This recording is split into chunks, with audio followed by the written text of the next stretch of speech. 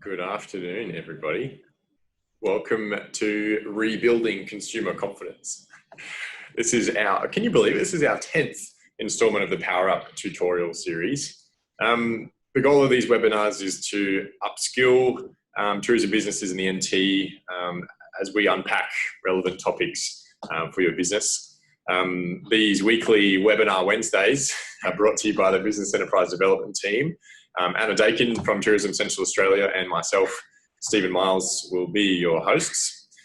This series is structured around the Business Enterprise Development Program's 9 pillars. And this helps tourism businesses understand what a leading tourism business should be covering, gauge where you stand in each pillar, and also we can help you goal set moving forward, which areas you want to grow in. So Anna and I are keen to provide support to you in this program and in this area, and that's one reason why we're running the webinars that we do, because all of these webinar topics are also within these 9 pillars. So contact us. We'll drop our contact details in right now. Thanks, Anna, and also at the end of the presentation we'll have them on the slides. Housekeeping for today. Today, the webinar will run for about 45 minutes for the presentation, and then we'll have about a 15-minute Q&A. Today, we're looking to do a poll as well, so be ready. We want your engagement. Also, if you do have any questions, which we hope you do, please put them into the chat box and write them down anytime that you think of them. And a topic that you want to grow in or understand a bit more than what was spoken, we might be able to open that topic up a little bit further in the Q&A. But me and Anna will also keep track of those for Mia. Mia Fileman, I reckon, is our crowd favourite speaker so far in our 10 webinars, is back today for our Rebuilding Consumer Confidence webinar. Mia is the founder of IDLO and an expert marketing strategist. Mia, welcome back. Thank you for having me. I'm so excited. Should we dive in? Let's do it. Will you make me the host? Oh, you have already. Look at you go. Oops. Let's not start with the last slide, shall we? Just bear with me. Okay. Sorry, go on. Whereabouts are you based at the moment? Right now, I'm in Canberra, ACT, but I usually live in Newcastle, New South Wales, but I'm a defence spouse and I'll be moving back to the Northern Territory at the beginning of 2022, which is pretty exciting. And we'll be thankful to have you back. I can't wait for the weather. I'm just not built for winters. All right, let's jump straight in because I have so much I want to share with you today, and I do want to leave room for your questions. And last time I went way over, so I better not do that. You will also have a copy of the presentation, so we don't need to go through all the slides in details, especially this slide. Just wanted to let you know that you are in good hands. I'm a career marketer. I spent 20 years in the marketing profession. And I ran a marketing agency in Darwin for 5 years. Today, we are going to be covering these topics, and it's all about instilling confidence in your customers, nurturing relationships with them so that they rebook when the time is right. So winning your customers back is our end goal today. And I'm going to share how we can go about doing that and how we can open up that conversation with our customers and build relationships so that they know, like, and trust us. Very, very important for all businesses, but particularly for tourism businesses. Okay. Just to set the scene, I've included a bunch of statistics which are quite interesting for the travel and tourism industry. I'm not going to go through every single one of these, but there are some key things to take out of these insights. First of all, 80% of travel marketers use Facebook advertising. Search engine marketing, or Google AdWords, is also considered to be one of the most effective channels. Email marketing is a huge opportunity for all businesses, but particularly for tourism businesses and tour operators. And we're going to talk a lot more about email marketing today. It's all about the experience, and it's all about personalized experiences, both before the trip, during the trip, and after the trip. And then social media usage, really not a lot of surprises there. But what I really want you to take out of these statistics is that you need to try to put your customers to work as your content creators. They are, it's going to make your work so much easier if your customers generate amazing Instagrammable content for you to use. And so how do we do that? Okay. Oops. No. Okay. So first of all, it's so important for your marketing that you have quality content, but this is not inexpensive. So I wanted to share with you some of my DIY hacks on how you can go around this. So what I recommend is 1 to 2 professional photography and videography sessions per year, maybe to capture both seasons, wet and dry, and then bolstering that with DIY photography with a really, really good quality smartphone. So I have the iPhone X, and this photo on the left of me and my son was taken by my husband, who is a helicopter pilot in the Army, so by no means a professional. And then I used Adobe Lightroom to brighten up the image. The camera on the iPhones X and 11 and also the Samsung Galaxy Note 10 Plus are exceptional. They're really, really good cameras. But the only issue that you have with them is that the photos are not bright enough. And that is really the key between a DIY photo and a professional photo is brightness. And so using Adobe Lightroom helps you add that brightness back to the image in post-production. When you're sharing social media content, go for scrappy with a few professional shots thrown in, but your website content, landing page content, this needs to be much more professional. Instagram stories, Facebook stories, anything like that can be a lot more scrappy. Then you also want to have an app that can build your landing pages. And I'll just talk about what apps will be helpful there. But if you have any other questions about content creation, stick them in the chat box, because I'm going to do a really top line so we can cover everything and then we can delve a bit deeper.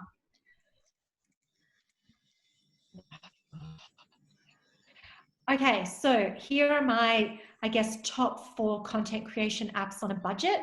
Adobe Lightroom starts at $10 US a month and is part of the Creative Cloud set. And it's fantastic. You can download a set of presets and you can one-click edit your photos in Lightroom. Squarespace is very cheap, very easy to use to create a website and landing pages. And Squarespace starts at $34 a month, end to end. That includes hosting, that includes all the updates, it includes the template, it includes everything. Canva is an absolute godsend. I'm using this now for this presentation. I built this presentation in Canva. It's so good for your social media graphics. It's also really good for your lead magnets, which we're going to talk about, these high value giveaways that will help you give something to your customers to get something in return. You can design those ebooks in Canva, and the cost for Canva is absolutely free. And then my last app that I love is Adobe Premiere Rush, which is part of the Adobe Creative Cloud. So I pay this cost once. And Adobe Rush is video editing software. So I make my own videos on smartphone, and then I can add music, edit them, add supers in Rush. So highly recommend those. Right, a landing page is so important. A landing page, think of this as a place where you can send your customers, a destination, an uncluttered environment where it's all driving towards a particular goal.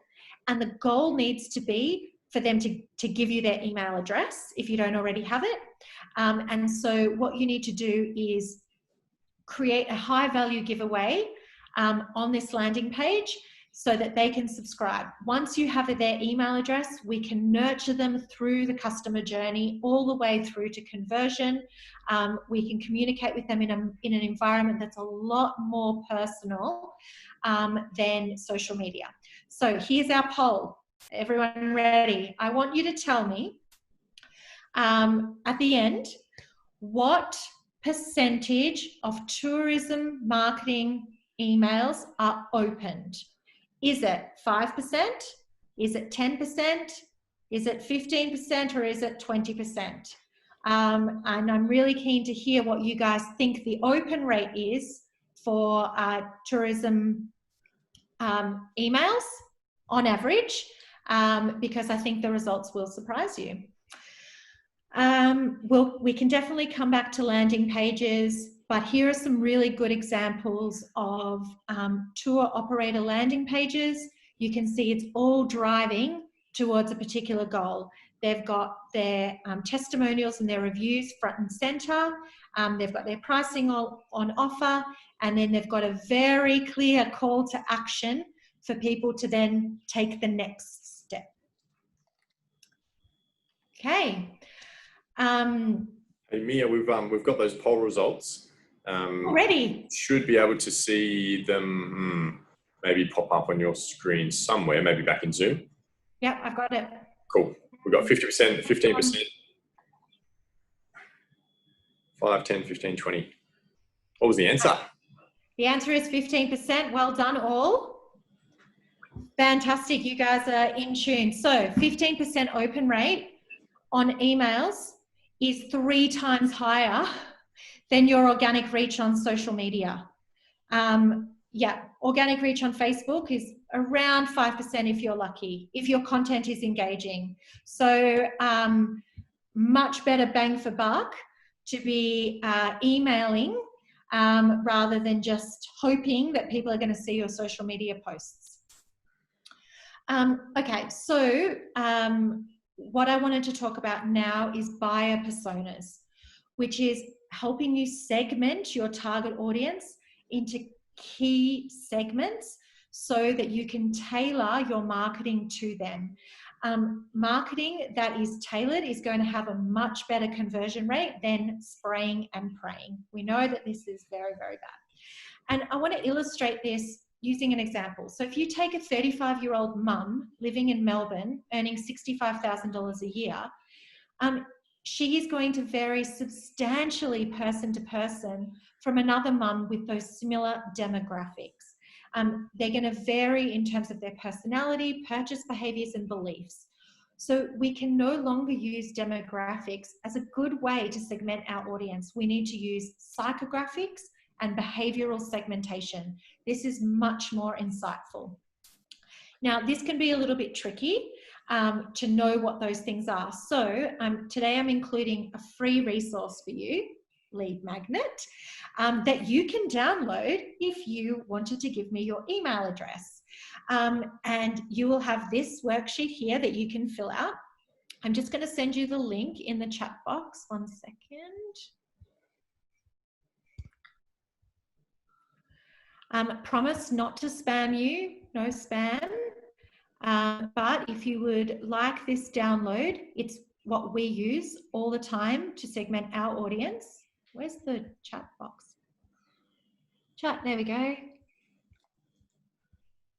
Everyone. There we go. So if you sign up at some stage today, I will email you with this worksheet, and it really helps you nut out your customer segments. Is that? And am I sharing my screen now? Can you see this? Yeah. Yes, awesome. Back to full screen. Fantastic. No. Okay, so what is demographic versus psychographic versus behavioral? So let's use that illustrating examples. So demographics for Barbie would be a girls aged 3 to 6, and then the mum of girls aged 3 to 6. This is an example of a primary target audience and a secondary target audience. And then for where is my presentation? Sorry.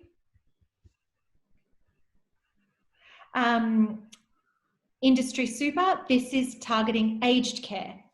Then psychographics are lifestyle choices and personality. So when you think about McDonald's, you might think that McDonald's targets everybody, but they don't. They target consumers based on psychographic factors, which are people who are young at heart. McDonald's actively seeks out those people who have that childlike sense of wonder and who like fun and keep things lighthearted. Cadbury is all about joy, joyful moments and finding the joy in life. Then behavioural segmentation is all about perceptions and beliefs. So the Red Cross is interested in people who are philanthropic, who want to help others, who feel good by helping other people. And then Louis Vuitton targets the it girl. Now she can be 15 all the way up to 45. So demographics aren't the end all, but it's a particular benefit that's sought, which is that that luxury, wants people to comment on her handbag, is, you know, a fashionista. So dig a little bit deeper than the demographics to unlock your customer segments, and use the worksheet that we've provided to tease that out, and that will really help you. Here's my advice. Don't have any more than 2 to 3 customer segments, just because you then need to tailor all of your content for each of those segments. And this brings us to the core ethos that our core ethos at IDLO is that all your marketing needs to be purpose driven. So what I want you to do is start with your specific goals and then map the steps that are going to achieve them. Every single marketing effort, every single piece of content, every single post needs to drive towards a specific goal. Don't just post because it's a day that ends in Y. Post because you want people to take action and know what action you want them to take. Do you want them to save? Do you want them to share? Do you want them to comment? Be really deliberate with your marketing. Okay, so how do we go about targeting a new audience? In these times, your target audience might have shifted. You might need to start focusing towards a domestic audience, whereas before you were targeting an international audience. We do this by first starting with our target audience persona, filling that out so that we really understand our new audience. Then we need to make sure that our branding, our messaging, and our tone of voice all resonate with that new audience. Then we design an offer that appeals to our new audience. We then also need to look at our channels. So if you're appealing to a more professional audience, say corporate travelers, then you might need to look at LinkedIn as one of your channels. Whereas if you're appealing to the young backpackers, then Instagram is going to be where you need to focus. So really look at your channel strategy based on the usage behaviors of your audience. And then use your content pillars to speak directly to those audiences. So the question that naturally arises here is, how do I speak to multiple audiences so that it resonates with them without alienating anyone, but not praying and spraying? And that is through very deliberate marketing efforts. So you will have content that appeals to each of your customer segments on social media.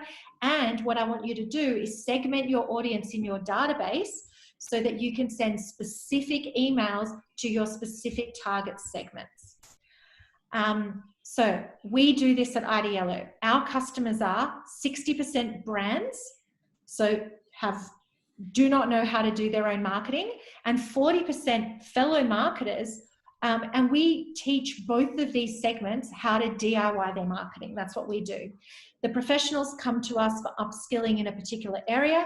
The brands come to us to teach them the basics, ABC. So how do we speak to two very different audiences? Well, our email marketing strategy is very separate. We have separate content on our social media, each tailored to that audience. And even on our website, we have different pathways. So these are two screenshots from our website. And as you can see, this is content deliberately for our professional marketers, which looks very different to our homepage content, for example. And this is an example of a social media post that I did that was very deliberately going to our professional marketers, making sure that it was relatable to them, talking about client horror stories. So this is where you can use your content pillars and you can say, all right, Monday, I'm going to do a post that targets my domestic audience, but Wednesday, I'm going to do a post that targets my international audience. Okay, how are we going for time? Oh, okay, brand management. In preparing for this webinar, I really took into account three really key questions. How can tourism businesses encourage clients who had to cancel to rebook? How can we instill confidence that you can rebook? And how do we communicate our new COVID clean business practices? I have a lot of ideas on this. Can you still see that screen? Yeah, brand management.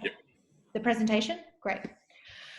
Okay, so like I said at the beginning, what you need to do is take these customers on a journey from know, like, and trusting you. And that happens with relationship marketing. So firstly, I would start with something personal for anyone who had to cancel. Don't try to paint everyone with the same brush. Everyone's circumstances are going to be quite unique. Maybe it's a phone call to every single person that booked with you and that needed to cancel to really find a solution that suits them. Or if a phone call, if you've got a lot of people and you can't make every single phone call, maybe it's a personalized email that includes a very tailored message and a suggested activity. Then you should also be sending an email marketing campaign to your entire database, updating them of what the regulations are, instilling that confidence, starting to nurture those relationships. Then I would recommend a video series. Video marketing is super successful. You can share this across lots of different channels. This will help reinvigorate their interest, showcasing the adventure that they could have, highlighting how safe it is. Does not need to be fancy. An iPhone video would just do this beautifully.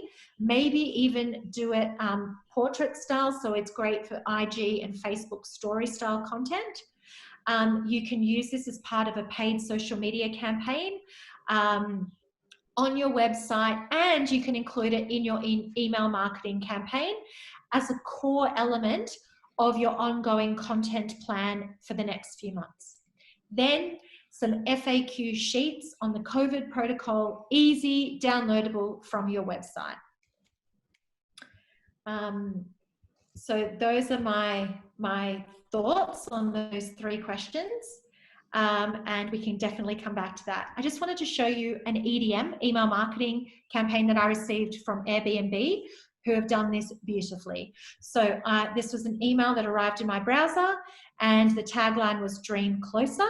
So it's all about exploring my own backyard. Now I'm normally New South Wales based. I'm currently in the ACT. So they've sent me ideas for Byron Bay. They've sent me ideas for Nowra and Coffs Harbour. Brilliantly, brilliantly done.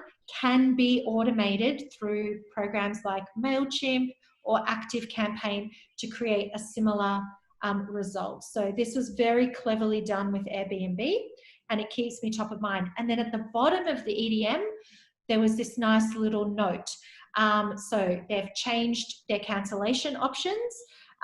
So I can click on that link and find out what that is, because I think one of the biggest concerns that people are going to have now is, okay, it's safe to rebook now, But by the time my trip comes along in 3 months' time, what does that mean? So I haven't lost my money. I've been able to rebook, but what happens a second time if I need to cancel? So that is a question that we need, or you guys need to really address. Okay.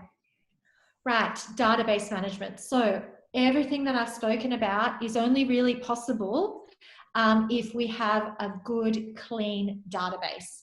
And the best way to do this is with a CRM tool, customer resource management tool. These can be free, these can be quite cost effective, but basically this is a database management tool. If your business is still small or just starting out, this could be a spreadsheet. I wouldn't recommend it just because there are free tools available, but it is basically a database. But what I want you to do, instead of just lumping everyone in together and you've just got this, 500 person database, we segment that database based on our audience personas. So for the IDLO database, very clearly, these are brands, these are professionals, so that I can then start to create content and marketing automation deliberately for those distinct audiences.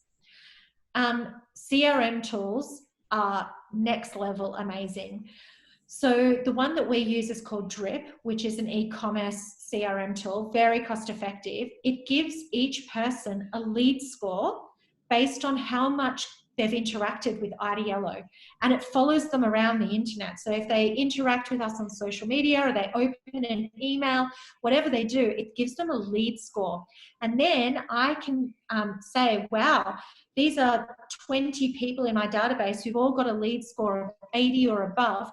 These people are primed for conversion, primed for me to go, hey, I've noticed that you've been looking a lot of our stuff lately, Stephen. How about we jump on a 15-minute discovery call and I talk to you about how you can rebook your trip to the NT. So really, really valuable customer data through your CRM tool.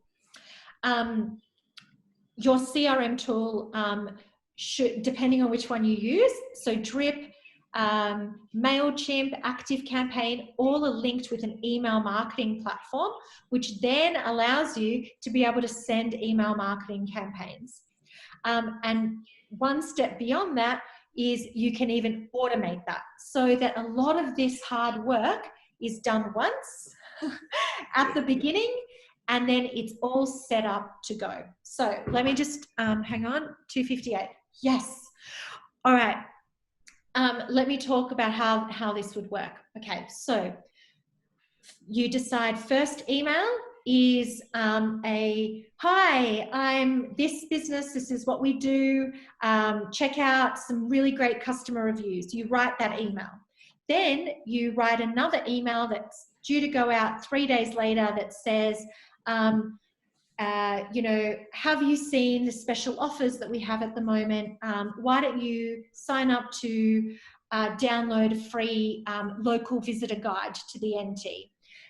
Then you write email 3, email 4, email 5, however many you want in your sequence, which is called a workflow or an email sequence.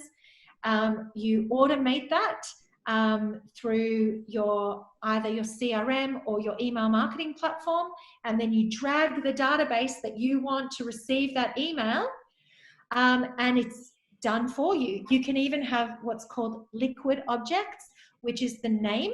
So you just go dear, and then it plugs in the liquid option, which is people's name, and you have your marketing automated for you.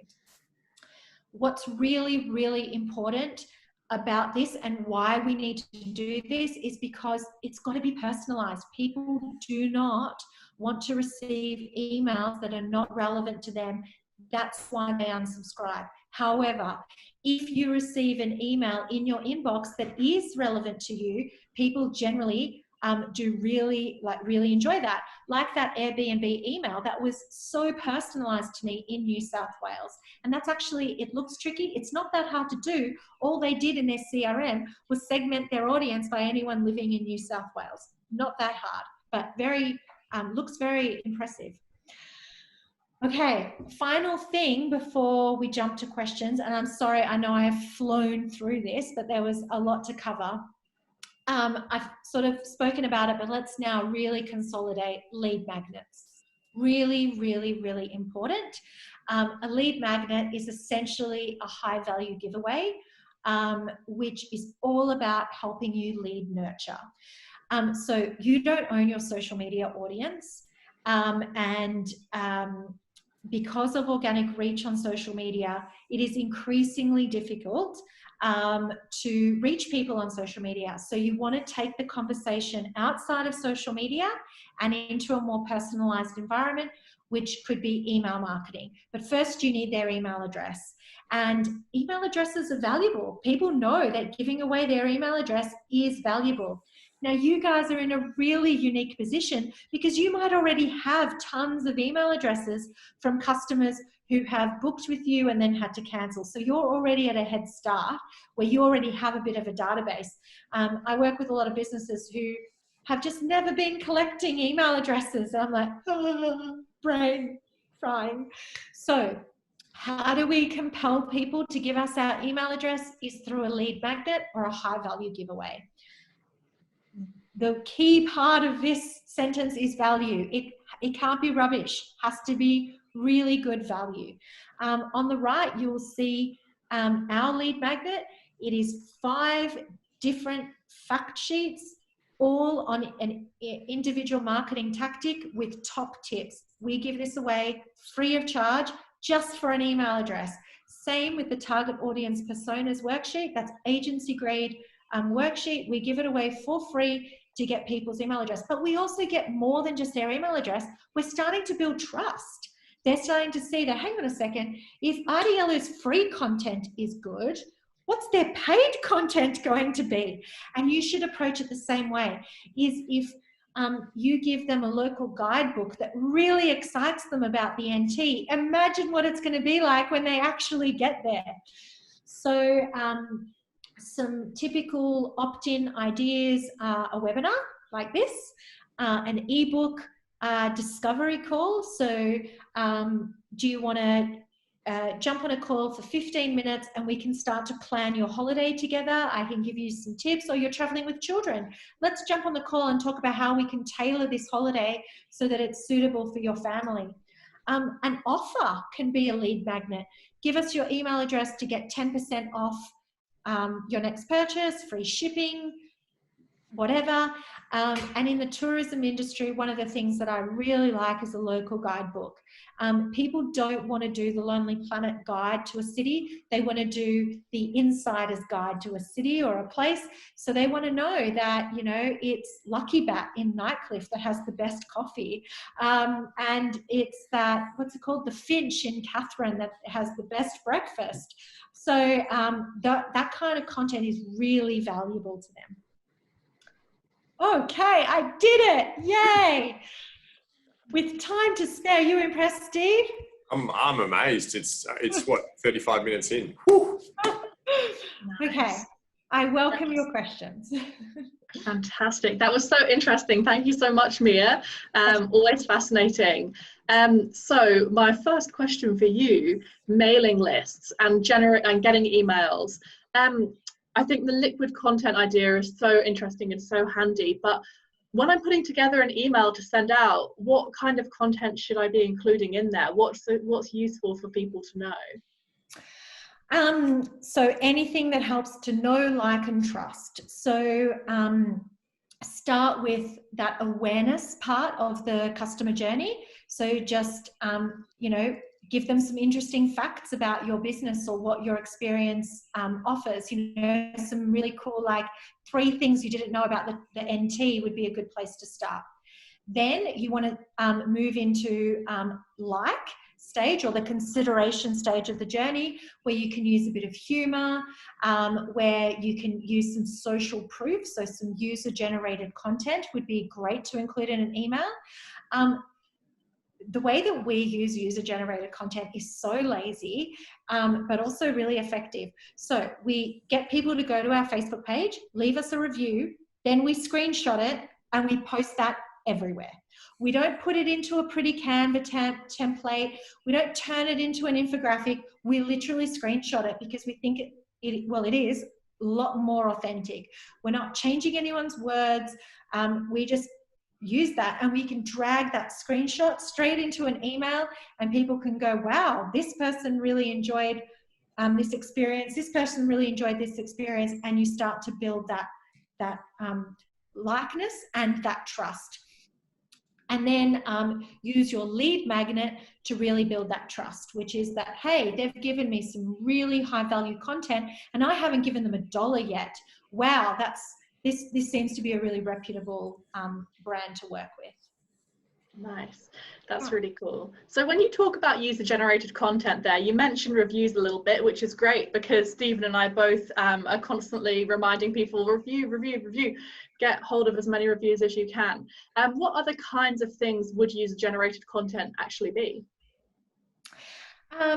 Yeah, testimonials and reviews would be the best. I would say them taking their own photos. So asking them to tag your brand in their photos.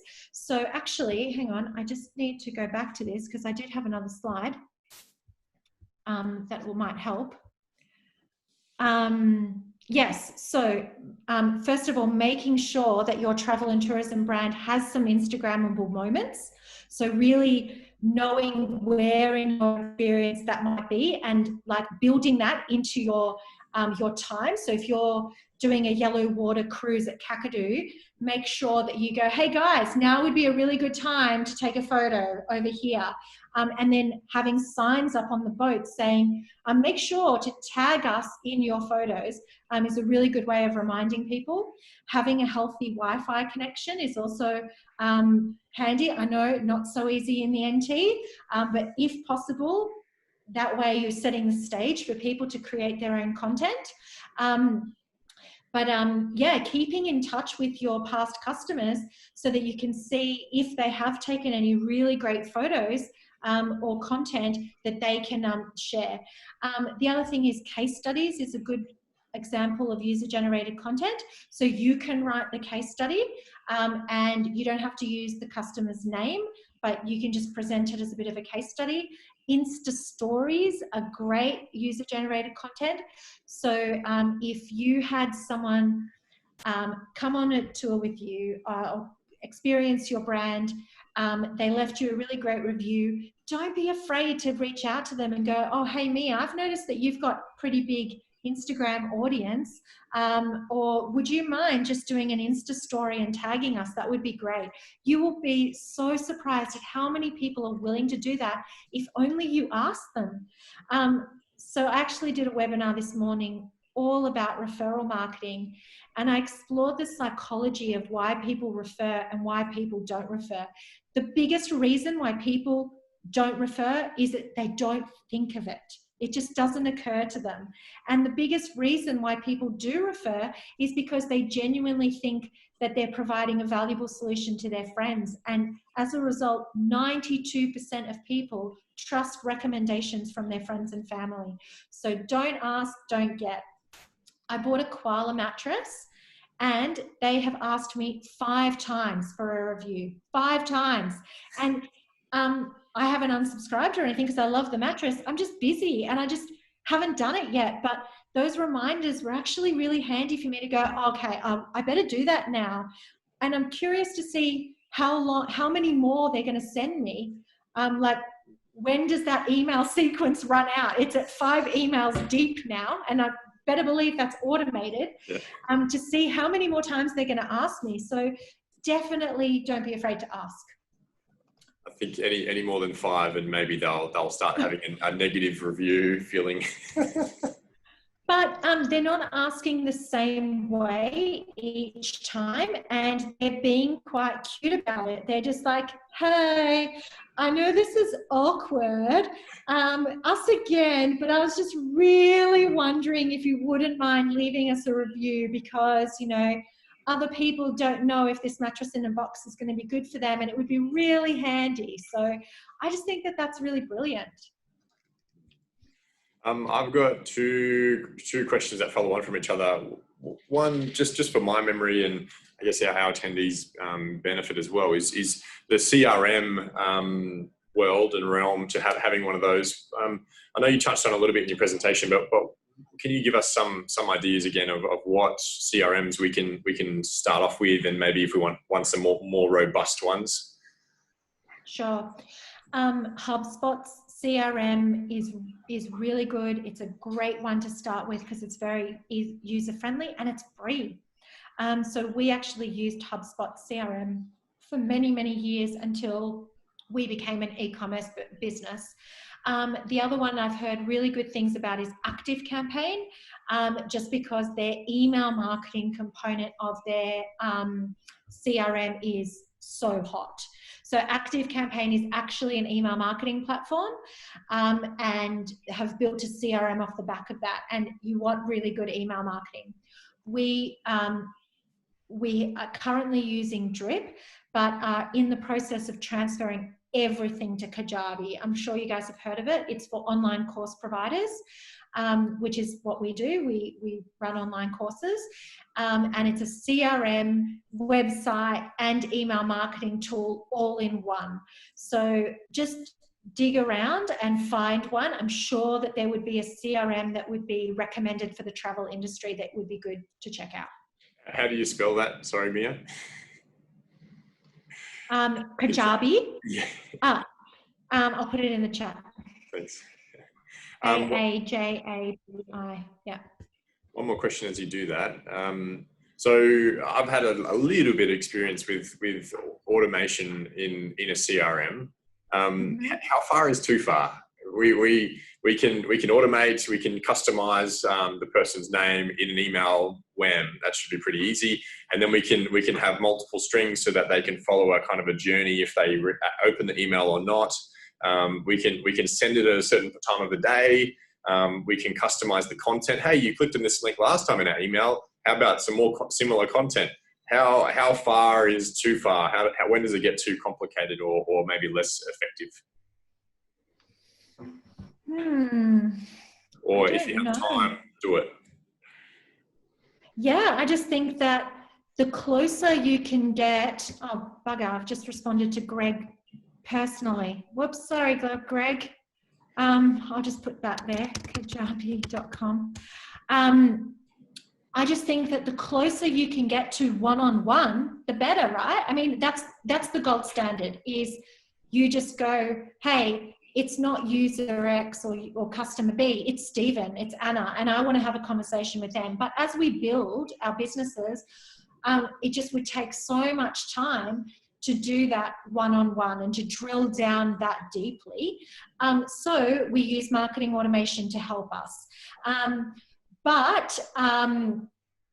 Yeah, so I think that if you love this stuff and you're a bit of a wizard with marketing automation and that, those sort of flows, float your boat. My business partner just absolutely loves it.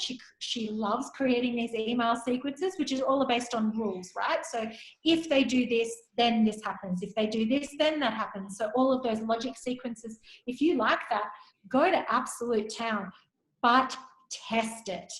Do not send out a single one until you've checked that it works. So we have a virtual assistant in our business, and that is pretty much her job, is to sign up for these different email sequences and wait 3 days and receive it, and wait 2 days and receive it, and check every single link and make sure it all goes to the right place. So my advice to you is, if you're just trying this out for the first time, maybe keep it simple. Maybe just be like, okay, I'm just going to segment my audience based on people who have inquired versus people who have booked and have needed to cancel. And let's design a journey around those two different stages of the customer journey. Then let's also look at target audience segments. I have my grey nomads. They're going to come in their Winnebagos, and I have my 20-something Instagram backpackers. I need to design an email sequence that's going to work for both of those audiences, and keep it that simple. Beautiful. We have an interesting question from Laurel here about separate personas. So she says it makes a lot of sense to target separate personas via email, but when it comes to social media, if you know you have two different kinds of demographic using your social media, would you just post and sort of think about sort of target different posts to different groups and post through the same social media channel, or is there a way of separating it at all? So definitely through Facebook advertising, you can make it hyper targeted, and I would recommend that. So if you're running Facebook and Instagram ads, great, definitely do that. But then if you are doing it with organic content, then just like I showed you, just have certain days where you have content bespoke to each target audience segment. The other thing I'm finding is like, sometimes the social media channel naturally lends itself to that. So interestingly, if I post to Instagram stories, I tend to get more of the marketers, because marketers are like, you know, using their Instagram stories because they're, you know, they're in the know, whereas brands are still figuring out Instagram stories. So I find that if I do my professional content to Insta stories, it's actually better than I do my posts to brands. The other thing is like LinkedIn content is very different to my Pinterest content. Pinterest is all about the mums at home with the kids who started their work from home businesses and don't know anything about marketing.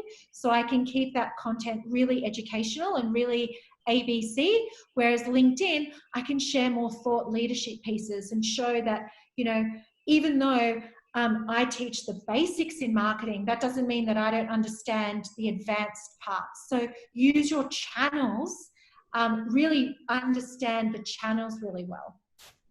Nice. Yeah, that's interesting. It's something that a lot of businesses talk about, is that anxiety of thinking, oh, I need to have a Facebook and an Instagram and a Twitter and a LinkedIn and a TikTok and everything, when their audiences aren't sitting on all of those channels necessarily.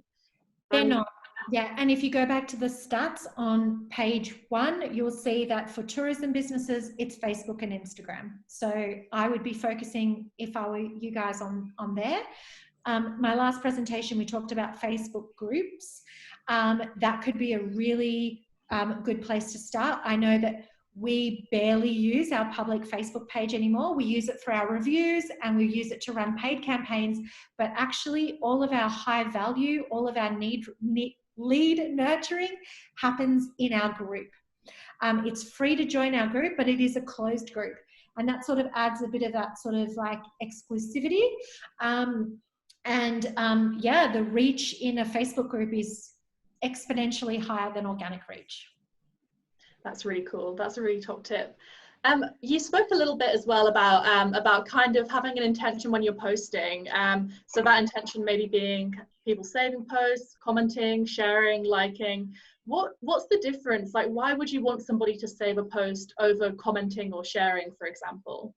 Different objectives. So saving a post is about people coming back to it later, so staying top of mind and also building credibility. And also the Instagram and Facebook algorithm reward posts that are being saved. So that's actually really good fuel for your Instagram.